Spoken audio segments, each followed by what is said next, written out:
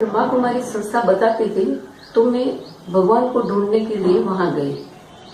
वहां मैंने कोर्स किया, मुझे शांति मिली, काफी प्रश्नों के जवाब मिले। फिर हम लोग परिवार के साथ माउंट आबू रहने चले गए।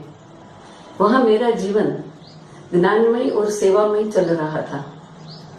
वैसे तो मैं 76 में बाबा से मिली हुई हूँ। तब ये बताया गया था कि ड्रामा 5000 साल के बाद हूबहू रिपीट होता है। वही प्रश्न वापस मुझे आने लग गया। मैं बाबा की भोग की रोटी भी बनाती थी, लेकिन प्रश्न ये था कि ये 5000 साल का ड्रामा हूबहू क्यों रिपीट होता है। कोई पूरा फोर्स लगा के मेहनत करके पुरुषार्थ करे तो भी रिजल्ट में वही प्रारब्ध मिलेगा जो 5000 साल पहले मिला था। वो कैसे हो सकता है, वो प्रश्न मेरे मन में आ रहा था। जो कोई तीव्र गति से पुरुषार्थ करे तो आगे क्यों नहीं बढ़ सकता, क्योंकि वाणी में बोला गया है असंभव को संभव बनाना ब्राह्मणों का काम है। तो मैं असंभव को संभव क्यों नहीं बना सकती, क्यों ड्रामा फिर से रिपीट होता है। और बाबा बोलते हैं वाणी में, मैं तुम्हें जन्म मरण के चक्रों से छुड़ाने आता हूँ। अमरनाथ बाप, अमर भव का वरदान देने आया हूँ, अमर लोक ले जाने आया हूँ, अमृत पिलाने आया हूँ। तो अमर माना जन्म मृत्यु से परे, तो फिर ये डबल बातें क्यों हो रही है। गीता में भी बोला है कि जो मुझे तत्वों से जानता है उसे मैं शाश्वत धाम, अमर धाम, वैकुंठ ले जाता हूँ।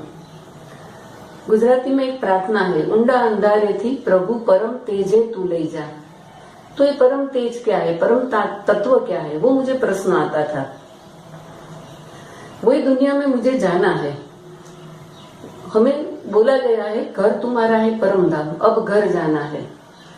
और 5000 साल तुम यात्रा पर हो। अगर 5000 साल की यात्रा बार बार रिपीट करनी है तो घर कब जाना है। हमारा घर तो परम धाम है। दादा लिखराज कृष्ण वाली आत्मा है और उसको ब्रह्मा का टाइटल दिया गया है। वो तो ओरिजिनल ब्रह्मा कौन है। और फिर वाणी में तो बोल दिया है ब्रह्मा विष्णु शंकर वर्थ नोटे पेनी। तो ये सब प्रश्न आ रहे थे। 5000 साल में, 1250 साल में 8 जन्म सतयुग में होता है, माना 150 वर्ष की आयु। त्रेता के अंदर 1250 साल का ड्रामा और उसमें 12 जन्म, तो 100 वर्ष एवरेज आयु, वो भी ठीक है।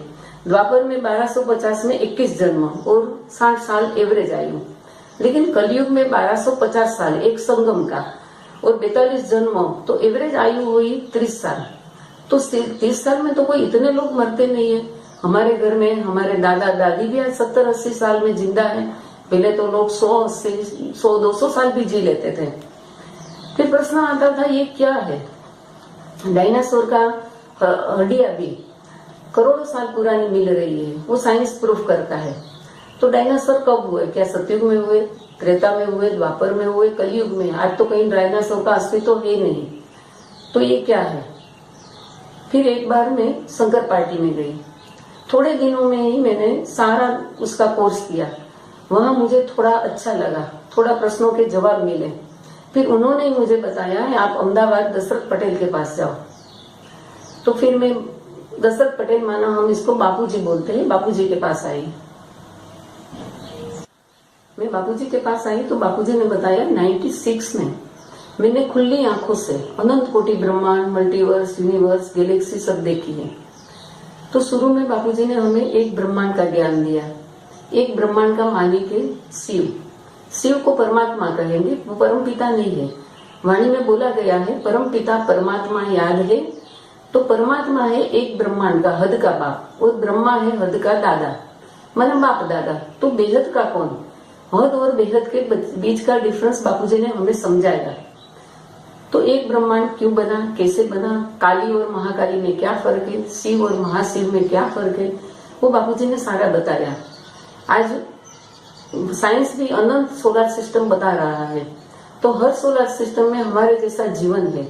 किसी में 5 तत्व है, किसी में 3 तत्व है, किसी में कम तत्व है, लेकिन बहुत अनंत पृथ्वियां है, अनंतानंत ब्रह्मांड है। तो अनंतानंत जो ब्रह्मांड है उसका मालिक शिव है। हर ब्रह्मांड का एक मालिक शिव। ये सारे शिव का पिता है महाशिव। महाशिव माना गैलेक्सी, आकाश गंगा का मालिक। और शास्त्र में बताया गया है कि महाशिव की एक पल में